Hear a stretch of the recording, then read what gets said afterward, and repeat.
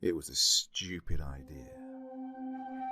I just wanted to see what was inside and what it was all about. It was scheduled for demolition. It had been plenty of times before, but it had always got delayed or cancelled. I just wanted to know what was behind all the rumors. No one else wanted to come with me, so I had to go alone. Well, I really didn't want to go by myself, but what was the worst I was going to find? Hobos, crazed junkies, a feral dog. I figured I could handle anything, but I brought a knife anyway. The stories were just that. Stories. There's no such thing as ghosts or monsters. I decided to start out at midday, so I had plenty of time to explore the building while there was still daylight. Even so, I wasn't going to stay there during the night. There was something off about that hospital, and I had to know what. It was hard to get in, but I managed to find a broken window on the first floor of the west wing. The room inside was a huge mess. Things had been smashed and thrown around everywhere, and a bed was lying on the side. Sheets were strewn about. A small table had fallen, and various medical utensils were scattered across the room. A scalpel was embedded in the far wall. I concluded that it had probably been some stupid kids messing around, thinking they were cool for destroying things in an abandoned hospital. It was darker than I first imagined. I cursed my poor memory, wishing I'd remembered to bring a flashlight. Just in case, I decided to try one of the light switches by the door on the left, and much to my relief and surprise, they worked. I didn't spend much time wondering why. The door next to the switches was hanging half of its hinges. Pushing it out of the way, I headed into the corridor. It was even darker, with very little light at all. There was a strange smell. It was slightly disturbing. I couldn't put my finger on what it was exactly. I felt my courage leaving me. This place was so creepy. No, I told myself. There's nothing scary here. If there is anything else, you can probably kill it. With that, I took in my surroundings. To my left, there was an emergency exit, and to my right, the hallway continued into the building in complete darkness. I felt myself shudder as I looked down it. I asked myself if the emergency door still worked. Checking around in the dark, I couldn't find any switches nearby, and I did not want to leave the comforting light of the first room. I was just about to head back when the lights in the corridor flickered on. Scared me half to death. I decided that the lights in the other room were somehow connected to the hallway lights, and there'd just been some kind of delay. I moved down the corridor and further into the hospital. I saw a few dark, empty rooms on the way. There were a few creaks and some little noises, but I was certain they were just the building expanding in the afternoon heat. What was strange was that the corridor just went on like this for an impossibly long distance. I was sure that it should have reached the end by now. I turned back to see how far I had come. Some 6 doors down was the room I'd entered, and the same emergency exit on it. That's when I'd had enough.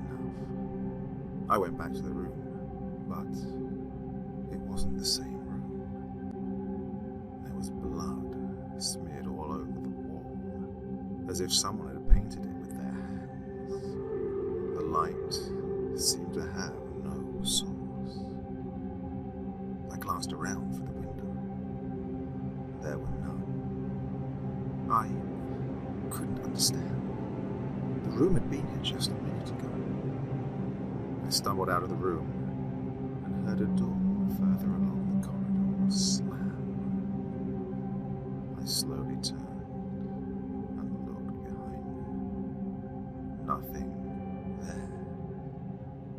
Panic gripped me, and I ran from the blood-drenched room. Trying to find a way out of the hospital, I ran and got nowhere for a very long time. After sprinting for what could have been minutes or hours, I stopped, leaned against a wall, took a breath, and managed to calm myself down. There must be some sort of reasonable explanation for all this. Maybe you took a turn without realizing, I thought to myself. Suddenly, there were a series of loud groans and creaks behind me. To my right, there was a new corridor. I walked over and investigated it. No more than 10 meters away is a spiral staircase. It occurred to me that spiral staircases aren't usually found in hospitals. But with all the other weird crap going on, I wasn't going to question it. I went over to it to check how stable it was. I shook the handrail. Seemed sturdy enough. The whole thing seemed to be made of some sort of black metal. I looked back at the corridor. I knew if I went back there, I would be trapped forever. I didn't take a turn and forget about it. It was this place. The stairway was probably the most normal thing there. Nothing strange happened as I climbed up. It ended where I'd expected it to, and I walked off onto the second floor. It was another corridor, almost exactly like the last one, only it went west to east. Looking behind me, I saw that the stairs had disappeared. I need to get out. There has to be a way, I thought. I searched all the rooms in the hopes that I could find some way to get out. Some of them were ruined with objects thrown everywhere. Some of them were filled with blood and disturbing symbols. Some of them were just empty. Eventually, I came across a room with only a chair inside. It was standing upright in the center of the room. It was odd, but I thought not important. I continued my search for some sort of escape. As I was checking the next room, I heard something wooden scrape along the ground several meters away. I turned back and saw the chair just sitting there. Spooked, I hastened my inspection, putting distance between me and the chair. I just finished searching 2 more rooms when I heard it again. It was closer this time. I stared at it and slowly backed away. I blinked. I heard the noise again. Behind me this time. There wasn't even a meter between me and it. I blinked again. Now, it was almost pressed against my legs.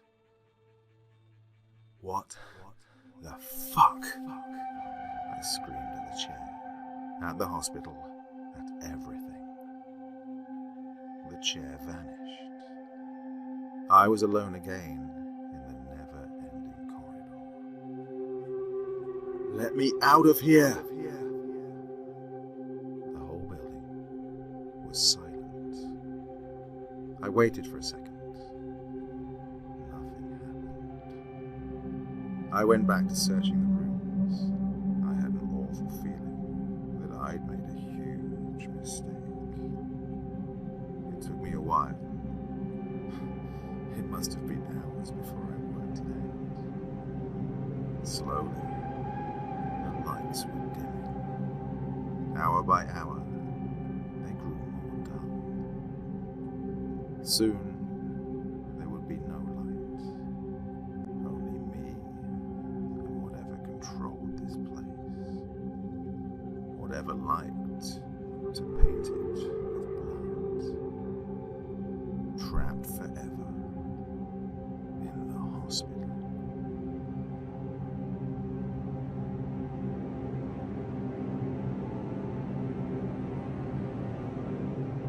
One, two, three. 1, 2, 3. There were 3 lights, every 3 feet in this hospital. He noted dully how they fluctuated as he was rushed in on one of those gurneys. He could feel the blood draining, oozing from his wrists, his elbows and sides. The leather straps holding him down were slick with blood. The doctors around him were yelling to one another, as though worried. His eyes were cold, and his breath was shallow. One blink, and he was in a hospital room. Everything was white. His arms were bandaged, and so were his sides. There was a slight sting, one that was dulled out by pain pills. Rage began to fill him. They'd taken away his red wings. He was an angel, and those damned humans had taken away his red wings. How dare they? He was the one they should be bowing to. He was the one that would save humanity. He was God's messenger. It then dawned on him, and he began to giggle, laugh even. Simple-minded humans did not understand the importance of his life. They were afraid of him, and they damn well should be. He sat up. Those dumb apes hadn't even strapped him down. They thought whatever kind of sedative they'd given him would be all they needed until maybe, but he wasn't human. Nothing would hold him down or keep him obedient. He slid his legs over the edge of the bed and pushed himself up. His body was young and wounded, however, he was strong. Gingerly, he began to remove the bandages, dropping them silently on the floor. His skin was red, gruesome, and stitched. He stared at them and began to cackle yet again, louder this time. He picked at the stitches, pulling them free. Blood oozed from the reopened wounds, and for a moment, he paused and stared at the veins peeking from his wounds. They were now turning red, exposed to the air. He smiled and pressed his fingers into the wound, beneath the vein, and pulled up and freed them. There was a tear before the blood began to pour. Again, cackling as he began to leave his room. There was no one to stop him down either side of the hallway. Well, there were patients, however. He strode down the halls, wiping blood all over the white, sterile walls. He walked into the room of a young girl. She was dying, a cancer patient. However, she was on the road to recovery, at least according to the clipboard at her feet. He let out a tss as he walked up to her and gently touched her cheek. Poor child, he whispered, rubbing his blood-soaked thumb along her skin. God will take you, I promise. He turned to the saline drip IV that led to the crease of her arm. He pulled the tube from the bag and began to let his wrist drip into it. He then reinserted the tube. Suddenly, the little girl's eyes snapped open. Her mouth widened and she stared up at him. She choked and then writhed. Her hands clawed at the sheets and her legs cramped. Then her eyes were melting, her tongue boiling in her mouth. The stench of burnt flesh filled the air. He watched as her skin blackened and her teeth charred. And then it stopped. He turned and trotted down the hall. In the next room, there was a man that had been in a car accident. He placed the blood into his IV and left without waiting for the man's reaction. And then, another young boy, maybe about the age of 10. He had been beaten to a pulp. However, as the angel neared, he shrank away. He shook as he stared up at the bleeding man. The angel turned his head and smiled. His skin receded from his teeth, which were filed. His eyes were silver, and his wrists and hands were smeared with blood. The boy's breath hitched. The man stood beside the boy's bed, his smile gone now. A thin line was all that he could see. A few minutes passed, and the boy began to calm. He took in a deep breath and relaxed, almost like they had just become friends. The angel leaned over the boy, who didn't withdraw. His silver eyes were hollow and ringed with blood. The boy, however, did not wince. And then, suddenly, the angel bit down on the boy's face. The sickening crunch of the boy's skull sounded, and the boy let out a scream. He cried and tried in vain to shove him off his body. However, his hands were restrained as the angel gnawed on his face. The skin was slowly torn from his head, and his eyes were pulled from their sockets. He sobbed as the flesh was torn from his mouth. The angel jerked back, swallowing the boy's flesh in one gulp. As he pulled back from his work, he examined it. Flesh hung from the boy's jaw, and he was still alive, crying. His voice was feeble as he cried. The angel released his wrists. The boy hyperventilated from his lack of a face, and he turned to the side, his hair falling onto his sticky red skull. And then he was gone. Happily, the angel skipped down the hall. He smeared blood all over the walls as he did. In his wake, he left crying and screaming men and women. His veins were all over the floor as he cackled. But suddenly, he felt weak, lightheaded and dull. He stumbled to a halt beside a door. No. God was restricting him. But why? Why was God holding him back, so he couldn't deliver the souls unto him? He slid down the wall, smearing blood on his back. His veins bubbled and burned. There was a tearing in his shoulder, and he let out a number of deafening screams. God was tearing away his wings. The pain was too much, and the angel thrashed. A wet thud sounded, and the angel turned his head. He could see, outlined in red, his left wing. It then disappeared into dust. The angel was now human. His mutilated veins drained of his life. He began to laugh, to cackle. His vision was leaving him. However, so was the pain. His grin split his lips and tore up his throat.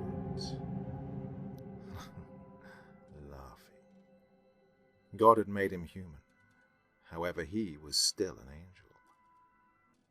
He laughed to himself, screaming into the night of his angel heritage, of his relation to his brothers Gabriel and Michael.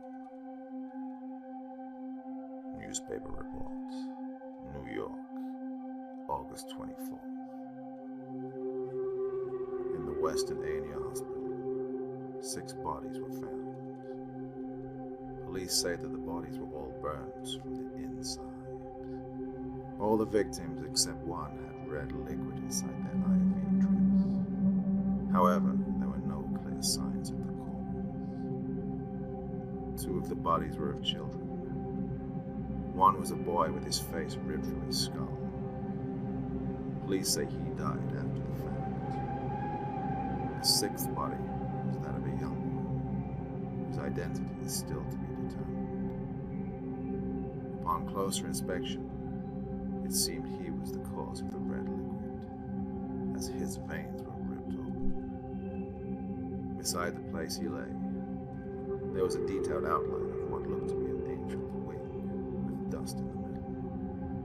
On the wall, beside the boy, written in the boy's blood, was the message: "All hail God, the mighty Savior."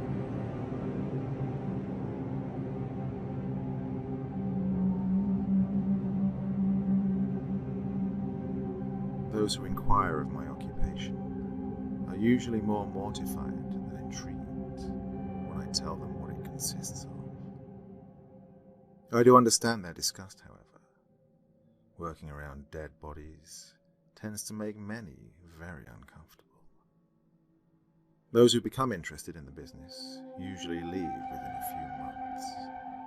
The sight of sliced limbs and contorted bodies can frighten away almost anyone. But for me, this choice of profession provided an opportunity of a lifetime. I know of many who utilize the craft as a cover for their many malicious intents. Necrophilia, murder, cannibalism, and many others are just some of the activities this particular job aids in. I myself have often dabbled in some of the more taboo leisures, but, just like so many others, I have finally found my niche. You see, my particular hobby aims to benefit society and mankind alike. The constant flow of corpses makes it virtually impossible for my accomplishments to dwindle in my charity for this less than deserving world. I should have abandoned this position long ago and let the world perish. My word, I feel like I'm rambling. I suppose I should further explain what my specific hobby actually is. You see, there are beings watching over us at this very moment, waiting for their chance to rid the earth of its imperfections. I have, on multiple occasions, encountered these beings at a nearby Starbucks, of course, garbed with human-like semblance. They ordered caramel frappes, stating that it's a delicacy on their planet. How they are able to produce such a thing as caramel, I will never know. Anyway, they have confided in me their need of a larger planet, stating that theirs can no longer produce enough energy to sustain their existence. The human body itself can produce a power source large enough to power a steamroller, and they estimated needing 10,000 bodies a year to live sustainably. I guess suggesting guinea pigs on wheels was out of the question.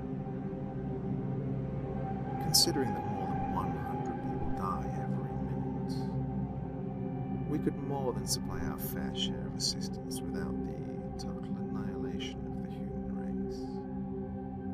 So, against my better judgments, I struck up a deal that I'd supply the bodies they needed to sustain their planet, as long as they kept their distance from Earth. I'm not one to show my affections for such an atrocious planet as this, but my existence on this giant blue rainbow has yet to come to its conclusion. If I was sacrificial, you'd all be doomed, as human extinction wouldn't weigh too heavily upon my conscience if I were to cause it. Animal extinction, on the other hand, would be a tragedy. Oh my. Seems like I am rambling again. Where was I? I suppose a status update of my progression would suffice. For a while, I was able to keep up with a steady number of desired corpses, constantly convincing loved ones of the deceased to opt for cremations or closed caskets.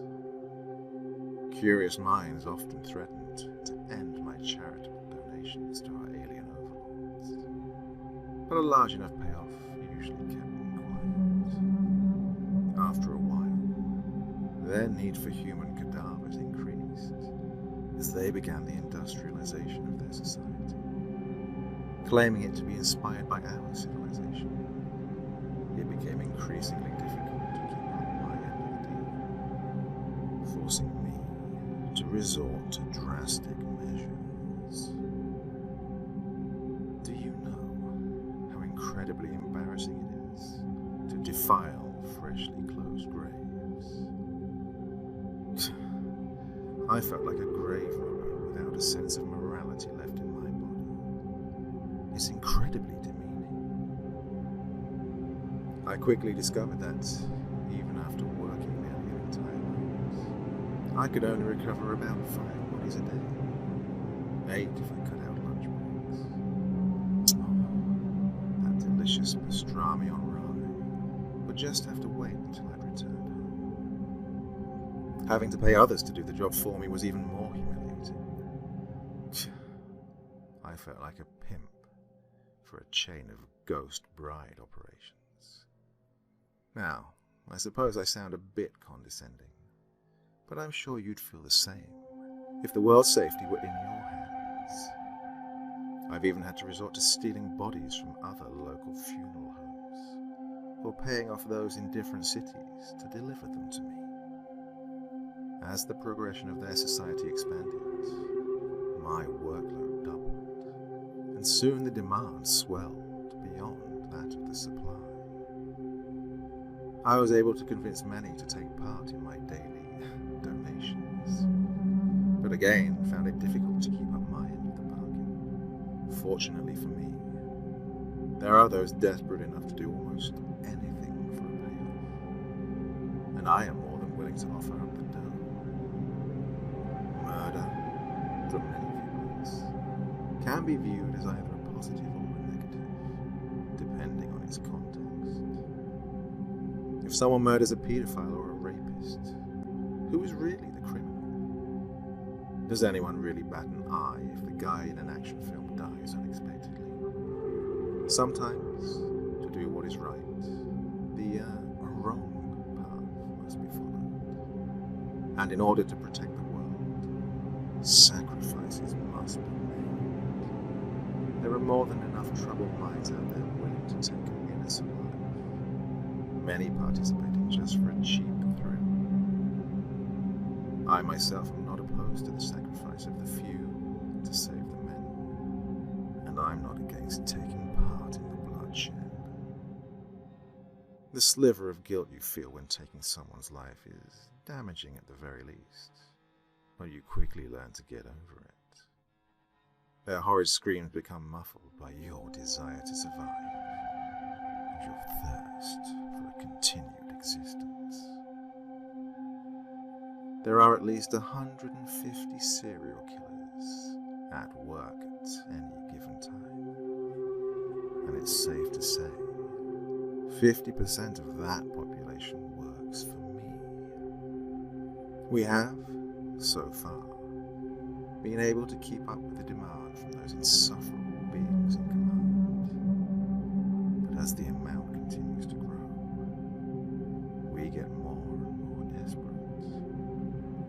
The private residences of common citizens becomes a breeding ground for potential donations.